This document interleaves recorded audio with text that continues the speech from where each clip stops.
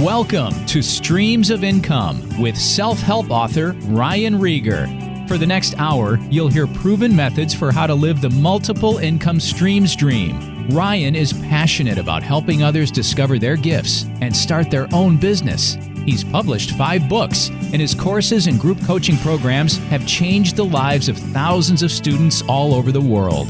Ryan's books include Private Label, The Easy Way, Finding Your Grace Place, and his latest, Streams of Income. And now, here's your host, Ryan Rieger. Hey guys, welcome back to the Streams of Income radio show. I'm your host, Ryan Rieger, and today we're chatting with my friend, Abe McMahon. You're going to love this interview. Abe has hired shoppers all over the country. He lives in Minnesota, but has shoppers that don't live local to him. So you'll learn how he does that, how he pays them, how he's expanding his business. He's got an exclusive deal with a wholesale company. He shows how he did that. And he's also expanding internationally, a very unique way of doing it. So you're going to love this episode. If you want to think big, or you do think big, Abe will challenge you to think even bigger. You're going to love this episode with Abe. Here it is. So, Abe, welcome to Streams of Income Radio, man. I appreciate you doing this. Thanks, Ryan. Pleasure to be here, man. It was so awesome meeting you. Thanks for coming to our Legends family reunion. I know that Joe gave you that idea, and I'm so glad he did, because you added a lot of value there, and it was just fun meeting you and hearing about what you're doing. So thanks for taking that time. Yeah, I had a blast. Made some great connections there too. Yeah. Working was incredible. Do you go to a lot of conferences? I know probably nothing last year, but. Yeah, nothing last year, but yeah, we make an effort to get to every conference we can if it works. Yeah, I just love the networking piece. I mean, there was a ton of amazing content that you guys provided that I took notes on, plenty of notes came back. But also the networking piece is just far and above everything I can imagine. Absolutely. Do you find that's the biggest benefit for you of a conference is just the content? You're always going to, no matter, you're more advanced than most people, but I'm sure you picked up some nuggets too, but just as far as just, the networking out, pretty much outweighs that's the biggest benefit for you. I would say it's probably 50-50, because whenever I go to a conference, I want to get as much out of it as I can. I mean, I'm paying for that. And I challenge myself to learn something new. And so, a lot of those, like with the eBay piece, what presented, I took a whole bunch of great nuggets from that. What Kate presented, a lot of great nuggets there, just to kind of help me even get more granular in my business, but also the piece is really huge. I made some connections there that I think will probably evolve to maybe some business ideas. Love it. And that's the beauty of it, is just being open and being willing to take some risks. And as we'll get into, see, I'm a pretty big risk taker when it comes to, expanding my business and looking for alternative passive income streams. So. Love it that you said passive income. As I mentioned before we hit record, so many people contact me and they want to know how to create a passive Amazon business. And there's not really a whole lot you can do if I, other than like giving you money, Abe, I'll invest in your business and you just give me a return. But as far as running your own business with Amazon, it's very active. I know you're taking steps to make it more passive. I want to chat about that. But do you agree? Like at the beginning, it's a ton of work. Well, and I believe with any business that you work in, I should learn the ins and outs of it so that I can to expand and grow. Other people how to do it too. And I'm just a coach. That's one of the giftings I believe God has blessed me with, is just be able to coach and train people. And so you're absolutely right. I like to dig in, but at your point, Amazon is a great business model, like it brought me home. But yeah, there's certainly active work. It's got to keep it going, keep it going, keep it going. Yeah. I started this business about 4 years ago on a bet. Number one, on a bet. On a bet. Buddies and I were having a coffee, and it was fall of 2017. Okay. Some guy came to the meeting and said, our coffee meeting, and said, hey, I've heard a lot about this Amazon business. What do you guys think about it? And so we started talking about it, and we put a line in the sand and said, we're going to keep talking about this until I think it was November 1st. After that, we're done talking about it. Seemed to be, taking the leap to do it. Well, it did. And I joke with my other buddy, because he sells wholesale motorsport parts. Okay. We sell his products on my Amazon account, which is that's awesome. Yeah. But and he's part of that coffee group. Um, but when I lost the bet at number one, I'm a giver. I love to give, and my wife's a saver. And my wife said, in order for you to give more like I want to, then you need to probably find a way to do that. I said, how about? And, that's awesome. Anything my wife approves of, I know is a direct communication from the Lord. And so she said, go for it. I just took the dive and just absolutely love it. So back in 2017, when we started, did the whole grind thing, was really working hard at learning the Amazon system, testing the waters in private label, failed at that, actually violated somebody's patent on accident, and had to pull my product back from Amazon. And then got into the retail arbitrage, online arbitrage shortly in 2018. Quickly realized that if I'm going to grow this thing, not only to help people and give money away, but I want to scale, I've got to build a team to help me do this. Because there's no way with all the hours I was putting in, because I had a full-time job at the time. What were you doing? I was actually in wholesale pet food. Okay. Yeah. And so I actually, now that I think about it, I should go see if I can get a contract with my former company. Right. I haven't done that yet, but I was selling wholesale pet food, so I understand how the wholesale game worked and all that. I've really gotten fully into the wholesale piece of our business. We just actually launched an exclusive with somebody here this past week. Oh, okay. Some Amazon listings for. Okay. Which is going to be potentially huge. It's in the category. But we're really still focused on RA, OA. And as I mentioned, I realized I wanted to build the team. If I'm going to grow this thing to the level that I want it to, I've got to get help. And having worked in logistics and operations for 20 years of my life, takes a team. Successful. And so, because as I've mentioned before, I never claimed to be the smartest person in the room, and I don't want to be. And I'm all about promoting people around me. So I want to help, and great minds think alike. And so I put in Jim Cockrum's community, I put a post out there in the community that said, hey, does anybody have a contract for a shopper? And this gal, Jen Barney, who eventually contacted me, just private messaged me and said, I'd be happy to shop for you. And I hadn't even got a contract yet. I'm like, oh, wow. Yeah. So we got on the phone together, did a little video interview. I've been interviewing my whole life. And so I kind of looking for her, and she hit every one of the boxes, and we were off to the races. Is she local to you? Oh, she's in Utah. Oh, We've met in person. In fact, there's only one person. We've got 6 people on the team, and we just hired 2 more, so we're going to 8. I've actually never met, save one person, anyone on my team in person. That's awesome. But to get to your passive income piece that we mentioned earlier, what this has evolved into is kind of a 2-part business development for me. So part one is the opportunity to give money away, which I thought was going to be in the form of donating money to organizations. But what's actually happening is I'm helping these shoppers who work for me. I'm helping them get out of debt. Oh, wow. So it's been just a true blessing for me to kind of equip and help them, and something they can do on the side. And all of them have full-time jobs. So it's just been an opportunity for me to bless them with money financially. And we're very generous in our profit sharing. We don't pay by the hour. They're all contractors. We do a profit sharing model. And so it's just been a true blessing how that's evolved. And then the second prong of that business approach was passive income. So, and I've actually challenged my team at this too. I don't want them to constantly be, 5 years from now, if they're still shopping for me and they want to do that, that's great. But I encourage them, hey, you've got to look at all their passive income opportunities too. Because you don't want to be like 65 and still packing boxes. So we talk about that because we have monthly team meetings. Okay. For me, ultimately, the idea is to be completely passive and then pursue other opportunities, potentially like real estate. Yes. Also have an opportunity that might be coming soon to open up a prep center. Okay. And I want to start it, get it going, and then step away. Yes. So my whole thought is I want to develop these passive streams of income Mm-hmm. And so that I'm not, I'm equipping and building people up, Mm-hmm. but also not constantly having to be an employee. Even though I own my own business, I don't want to be an employee in my own business. Right.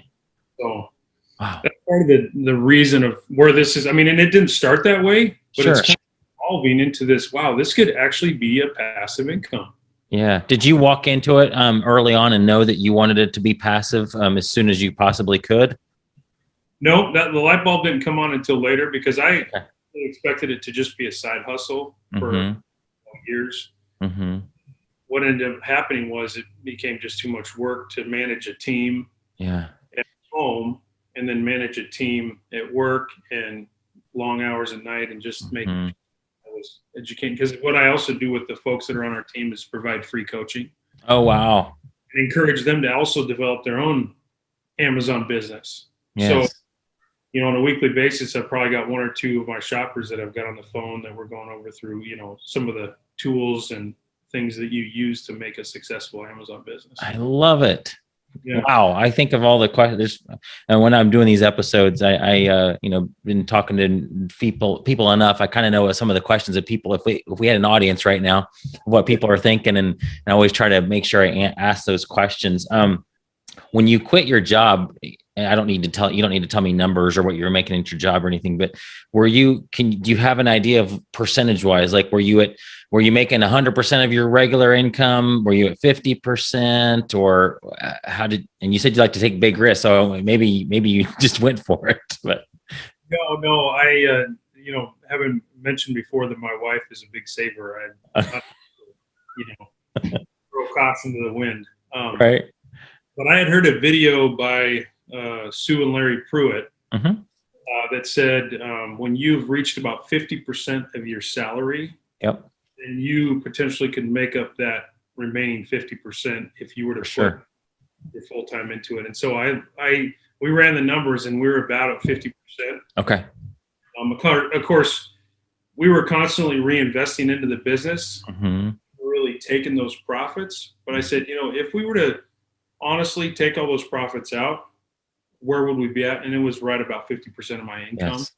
And so at that point in time, we mapped out what the absolute bare minimum we'd need to survive. We did the math and said, okay, my wife's name is Jenny. And I said, Jenny, what do we need to survive? And she gave me the number. I said, okay, the goal every month is to pay ourselves that number and continue to live, so that we're not living extravagantly. We're certainly on the livable budget. But the way we've broken it down is there's two silos. There's the active income and the passive income. Okay. And we've broken it down as we've got active livable, active comfortable, and active incredible. So the idea is to get to the active incredible budget, where the incredible budget's like more than money we can imagine. And then eventually that flows into the passive livable, passive comfortable, and then passive incredible. And so right now we're somewhere in between active livable and active comfortable. We're somewhere in between there. So the idea is that as I bring more shoppers on, I've shifted slowly over to that passive side, to where it's like I can live passively, on a livable budget. The opportunity there is to use some of my other monies to invest in other, So do you have to be at the active incredible before you can start investing in the passive livable?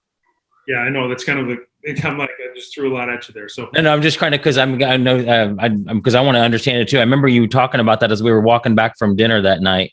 And so I'm glad we're chatting about this, because that's something I wanted to follow up with you on, just to kind of, because I'm thinking this could be like a PDF download of people, for helping people figure out where they want to be. Yeah.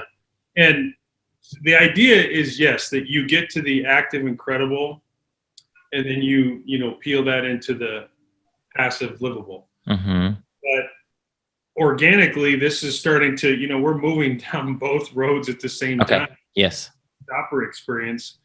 And so, I mean, certainly a lot of the inventory that I'm pouring into Amazon is still me actively putting that in there. I continue to train and educate and expand the team.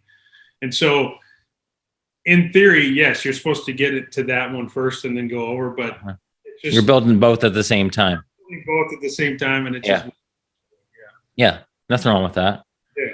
That's awesome. And then your goal would be to have, would your goal then to be have passive incredible and you're not doing much of the, I mean, are you, but it doesn't strike me as you're the type of guy that's just going to sit back and go play golf and not do anything.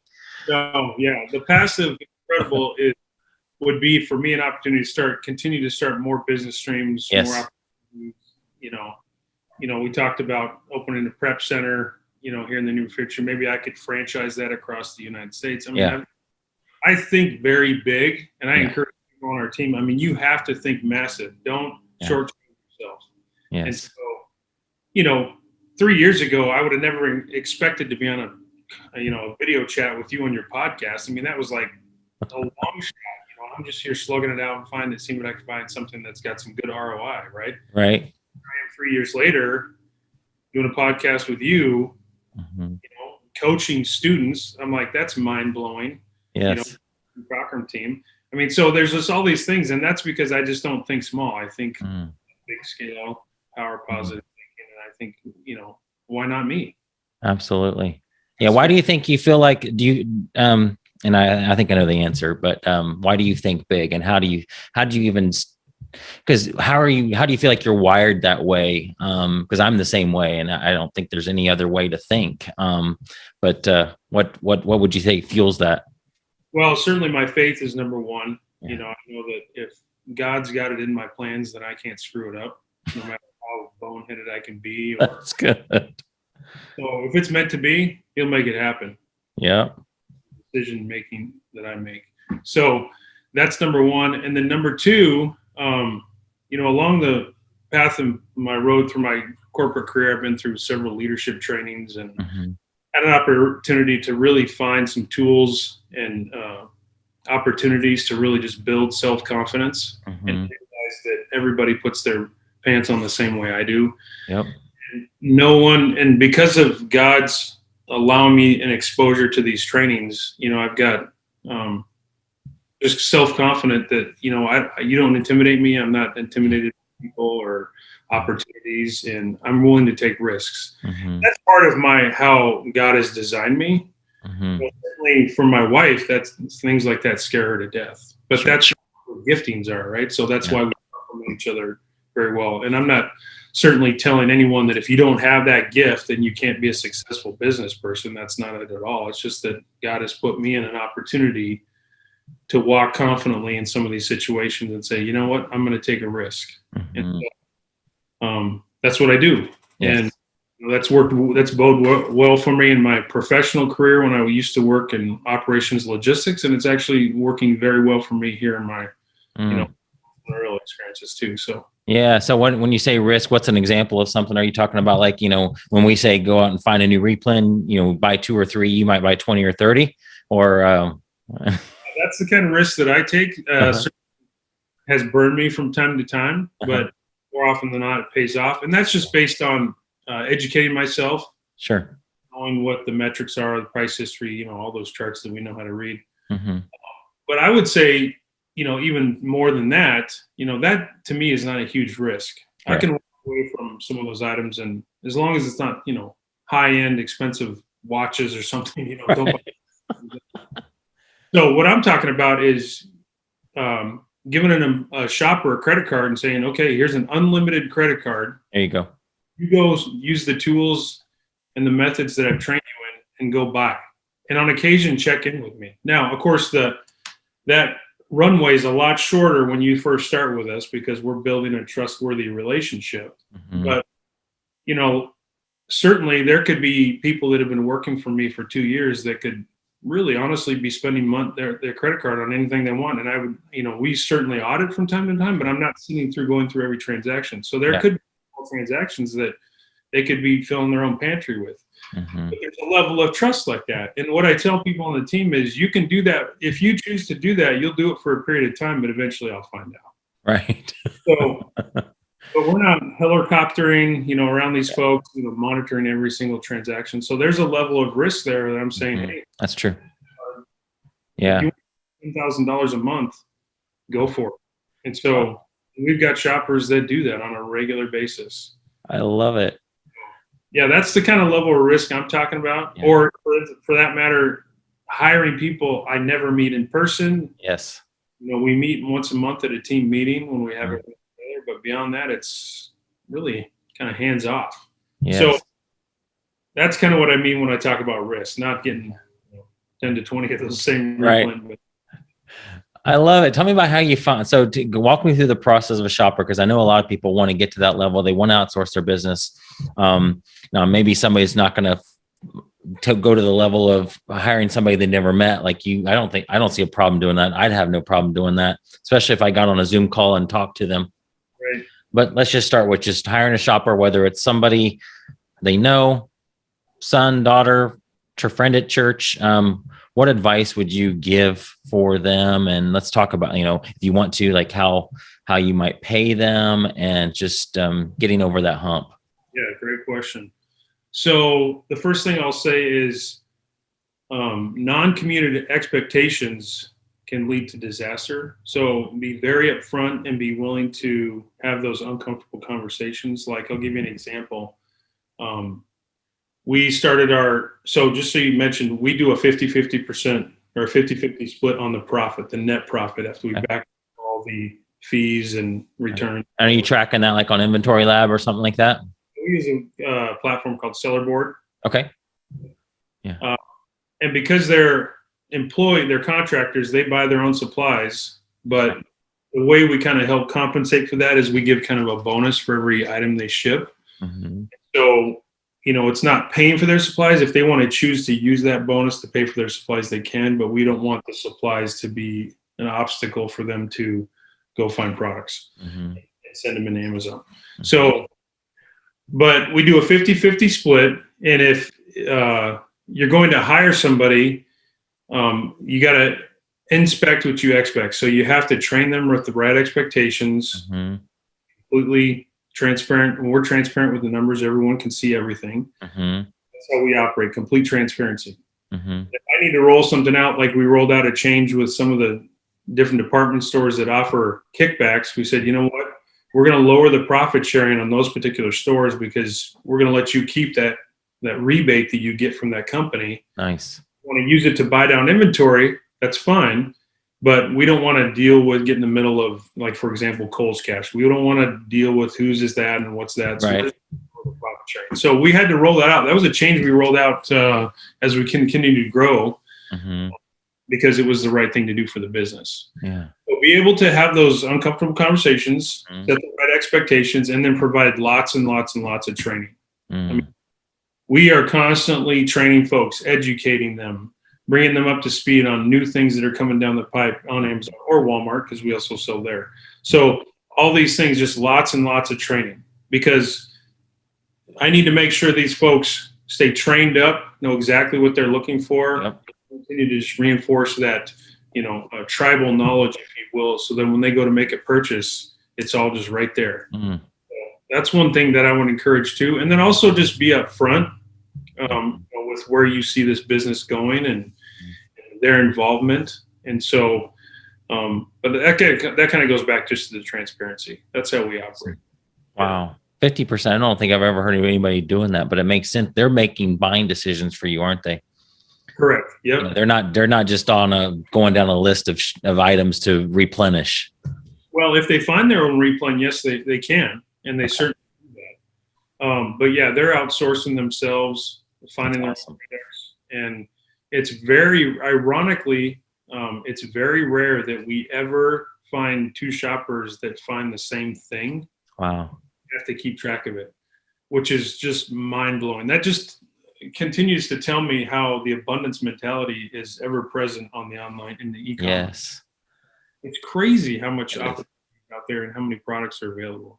Oh, I totally agree. Are they looking at, since they're at different parts of the country, are they shopping regional stores that are unique to them? Therefore, they're finding things that the other shoppers aren't finding? Yeah. We've got a couple, like Jen in Utah does that. She's got some, regional stores out there, as well as Tina over in California, her too. So we've got different pockets of the country, Eric in Alabama. Yeah. So they're kind of hitting these kind of niche stores too, as well as some of the big boxes. Wow. But the beauty of it too is just the diversity and how people are wired. Mm-hmm. They think differently, and they'll go down one aisle and someone will go down a different one in the big box store, and they just look for different things. I mean, it's just mind blowing at how incredible they just look for different products. Yeah.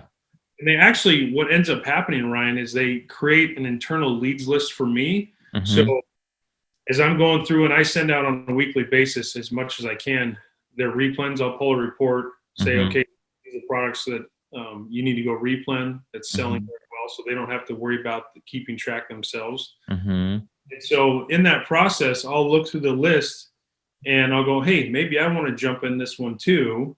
And so I'll partner with, say, Jen, and I'll say, hey, I know that you're replanning this, but I want to jump in some of this too. And so I'll keep track of everything I sell. Uh-huh. So she knows that when I sell something in that I don't have to split that 50-50. That's, net profit. Yeah. Oh, so they're selling on there when they're buying on your credit card and putting it on their Amazon account? Nope, they're all in our account. Okay. But she will have that listing under her name. Oh, got it. We've got a system that keeps track of the manifests that we send into Amazon, and they'll show when my product sold as opposed to. Interesting. And they're prepping, shipping it themselves to Amazon for you? Yeah, as well as fulfillment by merchant. So that's beautiful. Yeah. Wow. Very, very cool. And what's cool, I like it that you are encouraging them to then do their own thing outside of do they have to sign anything? Do you require some type of NDA or non-compete type of thing for, if they decided to go and say, hey, Abe, thanks so much for this opportunity. I'm going to go ahead and go on my own. Do they then have to abandon those listings that they did with you, or maybe hasn't even happened yet? It hasn't happened yet. We've got people that decided to, that this type of business wasn't for them. They either weren't shopping or whatever the case is. But no, I don't make them sign an NDA. Wow. There's no, in fact, I encourage them. I say, sell in your account too. So when you're in the store, if you switch back and forth between your own account and mine, you can sell it, then put it on your own credit card. Yeah. So, I mean, that's the abundance mentality I have. Yes. I'm not scared of them finding products to sell on their own account. I'm just saying, make sure you use the right credit card, when you Right. And we've had accidents happen. I mean, people have occasionally bought groceries on the business account, and they message me, oh my gosh, I made a mistake. And, so there's that exposure. But I love it. I love how you're just not concerned. You trust them. It probably gives them a feeling of like, wow. And it probably empowers them more than anything. I mean, I'm sure it gives somebody an opportunity to be dishonest if they wanted to, but they're not going to want to burn that bridge. If they're getting free consultations from you and all that training, I mean, that's super valuable. So most people aren't going to mess up that opportunity. Yeah. And if they are folks that decide to, do something unethical, that would have been a bad hiring decision on my part. Honestly, Ryan, I've had those frank conversations with folks that say, you know what, I'm a little reserved on making this hire. I don't know if it's going to be a great fit. And so we actually walked away from a couple, just respectfully, but just something in me, Holy Spirit saying, hey, this is probably not a good idea. Yeah. And then the other question we get is, well, how did you find all these people? Did you put an ad out in the paper? And it's hard for me to replicate it, Ryan, because honestly, I just say, you know what? God sent these people to me. We have not done any, aside from me making that post with Jen. And I didn't even post to get a shopper. I was looking for a contract. Yeah. Aside from her, I have not posted anywhere asking for any shopper. I mean, done no marketing, not looking for anybody. And it's just kind of like organically happened through the grace of God. And people just reach out and say, I hear you do this. Can I join your team? And I'm like, well, let's take a look. Let's get you on an interview and see how it goes. Unbelievable. I guarantee there's going to be somebody listening to like, I want to join his team. Or what type of person are you looking for? Even if you are looking to expand, what's an example of somebody that would be like, yes, I'd love to chat with this person at least. Are they from a certain area of the country that you don't have a shopper in yet? Or what would be somebody that would be, you'd be willing to talk to? Yeah, we'll talk to anybody. I'm always looking to grow and expand the team. I mean, if you think about it, wholesale accounts, there's a whole host of wholesale accounts we could be landing and going in that has a lot of room for that. We are looking for international folks. We've got a team that is supposed to be starting sometime soon in United Arab Emirates. Wow. But yeah, the credit card is like taking a month to get there. The closed borders, I mean, it's just taking forever to get it there. And so eventually they're ready to go. We've trained them up, and it's just waiting for that credit card to show up. Okay, well, they're going to be buying in UAE and selling on the Amazon UAE for you? Yeah, buying local, selling local. Oh my gosh. Yeah. So I love that. It's kind of an untapped replens market out there, like for sure. My goodness. Oh my word. I am like chomping at the bit, Ryan, to get that thing going, because the opportunities out there are immense. And so I can't wait. But of course, we're flying blind. There's no tools over there. Right. So it's simply rank and, the Amazon seller app, that's it. Yeah. Are there other sites that are online sites that they could, here's what I would think I would do if I was starting just completely, and I'd love your thoughts. If I had a team there, I'd be thinking, okay, what are some other online websites that are there? And I'm in a store and I see it. If it's selling well on this website that's super popular already, let's give it a shot on Amazon, because it's probably going to do well there too. What do you think? Yes. And I'll have to rely on the local knowledge on that. Like, what website do you all shop on? Right. But yeah, certainly going to be testing small, not any of those. You mentioned. Don't buy 5,000 of them. No, not in that case. But and then also we've got James up in Canada, who's he's still growing his own Amazon business. He doesn't do a whole lot for us up there, which isn't a problem, but certainly wanting to expand into that. And also in Mexico, we're part of that North American agreement. Yes. Part of Amazon. So we do a fair amount of business externally as well. Wow. But to your point, if someone wanted to join the team, we're open to listen to anybody. Okay. It would be a shame for me to say, well, no, we're full. No, I've got this, huge idea of just expanding the team beyond comprehension. And yeah, if a person has a skill set, we want to put them to work. I love it. Skills and abilities. Man, how'd you find the folks in the United Arab Emirates? So that's crazy. That's a crazy story. So Jen was messaging. So Tina, she had posted in the Silent Sales Machine about frustration with some of her sales or whatever. And so Jen went up to her and kind of said, hey, I can help you. And so they started dialoguing and developed a relationship. Okay. Jen asked me, hey, what do you think about bringing Tina on the team? And Tina's originally from Egypt. Okay. So then talked to Tina, and as we kind of grew in our relationship about 6 months in, I said, Tina, hey, if you know anybody internationally that wants to shop, let me know. So she put me in contact with a guy named John Moses. Okay. And who lives in United Arab Emirates. And then we must have got on a conference call with probably 5 or 6 people that lived over there. And I explained the business concept of what we do.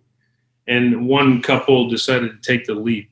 The other ones, not so much. But okay, yeah. So they take the leap. You send the credit card over there. I assume that might have like some employee limit or something to begin with.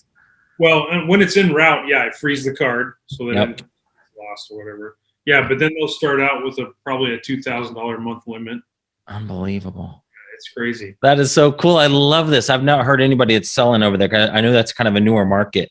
Do you have any idea how big Amazon is there right now? Is it only 3 years old? And it's a house. People are familiar with it. They're very happy that Amazon came to the Middle East, and I think they're developing one in Egypt right now as we speak too. Wow. But yeah, it's definitely a household name over there. People know it and order from it frequently. You get a lot of folks that send stuff from the UK and list, because apparently the transportation time works for that. So I've kind of evaluated some of the listings. Folks are shipping from the UK, but not a whole lot of FBA going on over there. So they have they have fulfillment warehouses in United Arab Emirates that are Amazon warehouses. That's cool. So your shoppers are going to be buying locally at a local store, shipping it to those centers. Yeah. Wow. That is so cool. It's going to be remarkable. I mean, the one thing we have to, and I had to impress this on the team a lot, was, UAE is kind of a hub for counterfeit. A lot of charges come in from China through they come into the United States. So I'm very much impressing upon them. Do not, Amazon makes its name on authentic product. Yeah. You cannot, under any circumstances, buy some Nike knockoff or anything like that. We need a receipt that shows exactly what it is, and so just impressing that time and time again to make sure. And we'll probably start out in the grocery space over there, because I think there's a lot of need for that from an FDA standpoint. So we probably won't get into some of those apparel and things quite yet. Wow. Yeah. I love this. You document everything, what you're doing, this whole process, because I think I see a course or some type of training for somebody to expand internationally using your model. Yeah. I mean, I know obviously it's been a lot of God's favor and, how do you teach that? I don't know. But what's that? Yeah. If somebody goes, here's a shopper, or God delivers a shop to me. And then someone goes, how do you do it? I'm like, well, I'm not sure I can replicate this. Right. We can replicate how to structure the business. Yeah. Do you know anything about the UAE and their taxes and what level at what point you have to start thinking about any taxes and all that? No idea yet. I love it. See, that's what I love about you, because most people will be like, they'd have everything all together, trying to all figure it out, and then they would never take action. And you just ship a credit card over there and we're like, we'll figure this out as we go. Right. Yeah. Yeah, exactly right. I mean, my lawyer thinks I've got a level of risk that's like off the charts. He's like, you're crazy, but supports me in it. And that'll be a conversation for my CPA at the end of the year. Okay, this is what we did. How do we figure this out? So. That's awesome. Do you plan on doing this in France and Germany and the UK? I hadn't actually thought that big. The thing that's appealing to the UAE right now is there's no professional fee to start an account over there with Amazon. Okay. At this point, I'm sure they'll start charging. Yeah. But yeah, I mean, if I had a shopper that called me up and said, hey, I'd love to shop for you in the UK, I'd be all over that. Yeah. Or France or wherever. Yeah. I'm totally open. Wow. To give us Man. That's so cool. That opens up so many doors for me. Golly, people all over the world are looking for opportunities. So there's a big need. I would say this, that we're talking about starting a kind of a group, and you and I talked about this before we hit record, but just a place where we can connect people that want to shop and people that want to sell together and just link it. And so, and there's a huge opportunity for international sellers that sell on the .com. Help here in the U.S. how to maneuver things and where to find things, and there's just a huge need for that, and we want to help meet that need. So that's another passive stream that we're looking at and potentially building out. That's incredible. Yeah. Wow, got my brain turning on as we're recording this, and to think of all the different opportunities. Awesome. And is it 50? You're doing the 50% also with the folks in the UAE? Yeah. Yep. Same model. Same model. Yeah. I wonder if some point, would it be if you start expanding these other countries, would it be better to be a separate Amazon account so it's not yours is not exposed to, I don't know, what I'm saying? Would it be better to have smaller Amazon accounts?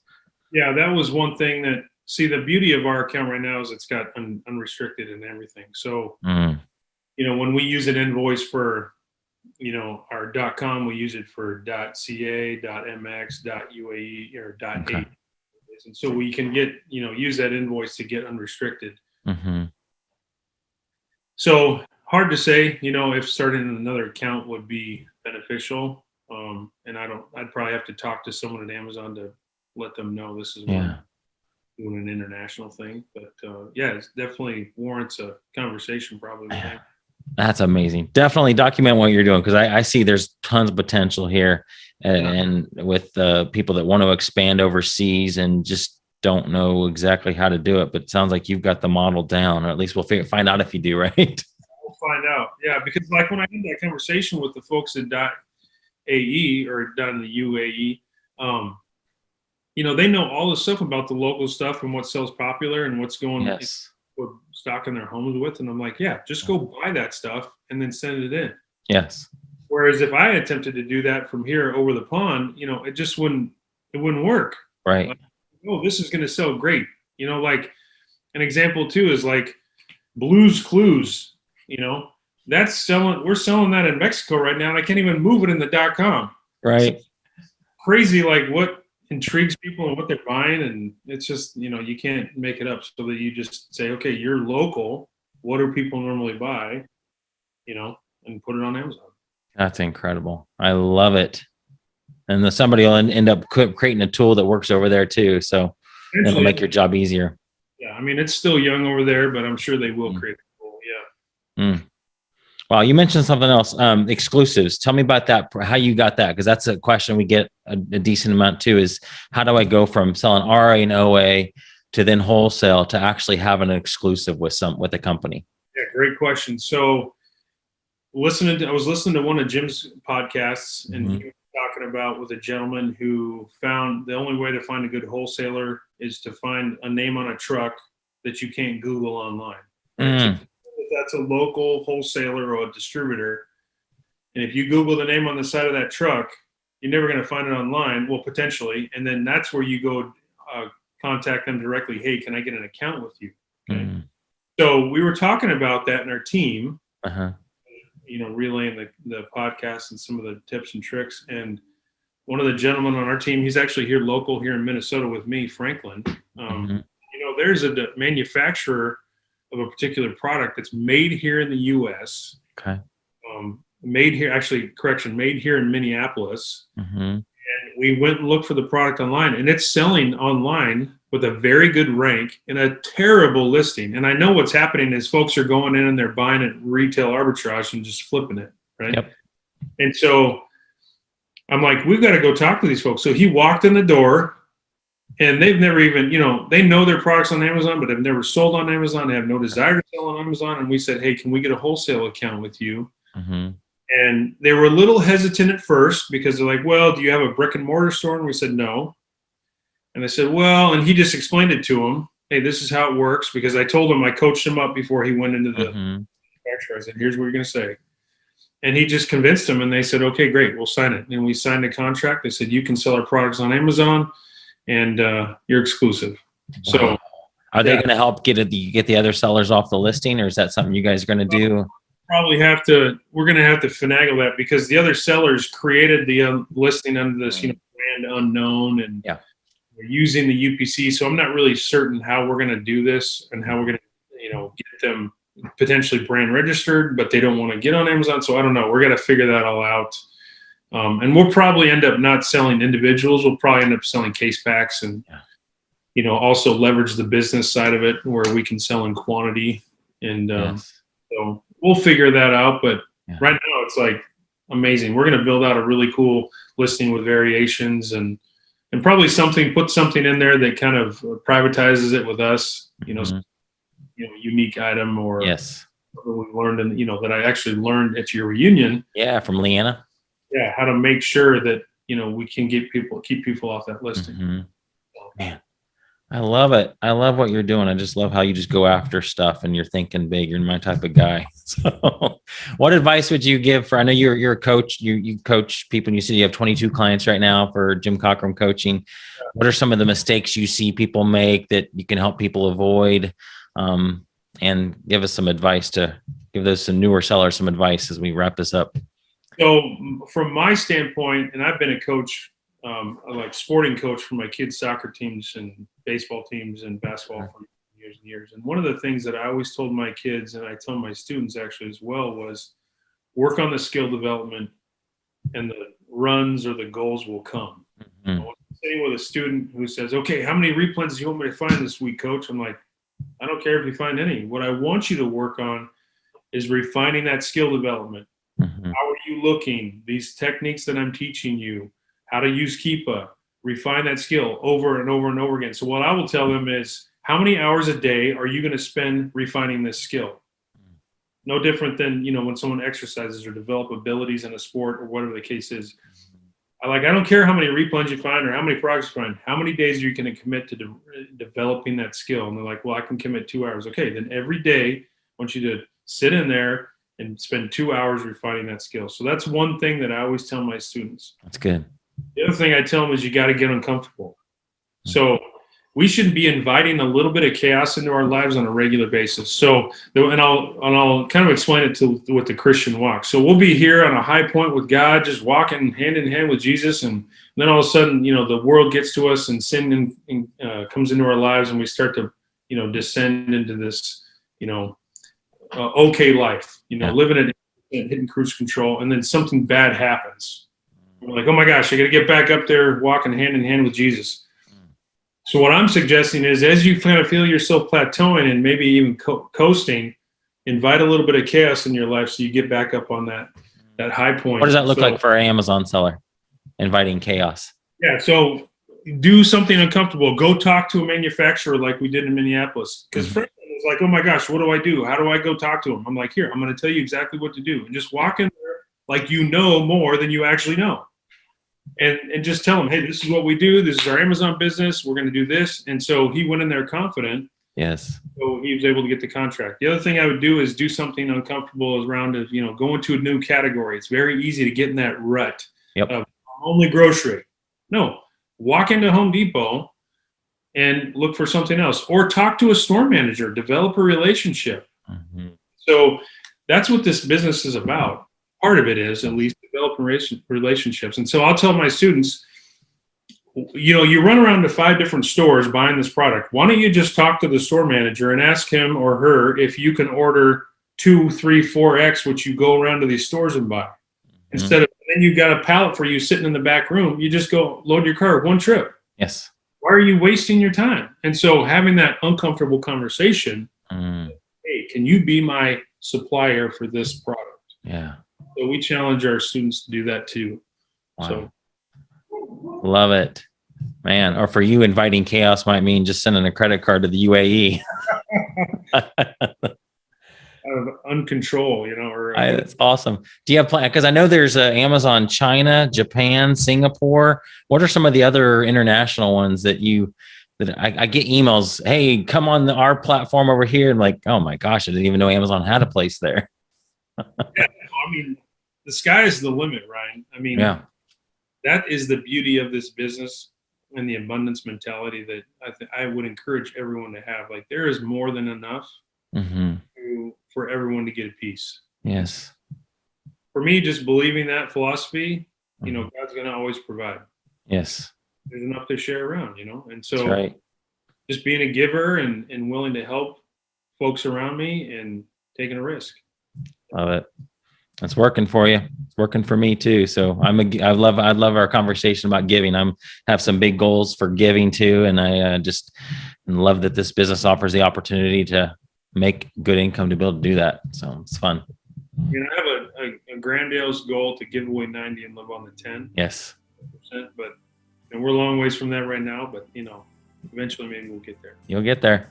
Well, Abe, thank you so much, man. I appreciate you being on with me. And I'd love to, after you, seriously, I'd love to have you back on after you get this, after you got some results from your UAE experiment, because I think that there seriously is potential there for those that want to, just want to go expand their business beyond what they're currently doing. Yeah, for sure. And I am documenting everything I'm doing. Awesome. Well, I appreciate it. Thanks for being on with me. Right on, man. All right, see you. You've been listening to Streams of Income with self-help author Ryan Rieger. From right here in the Dallas Metroplex, Ryan teaches several entrepreneurial courses and group coaching programs to students all over the world. Be sure to listen next week at the same time for Streams of Income with Ryan Rieger.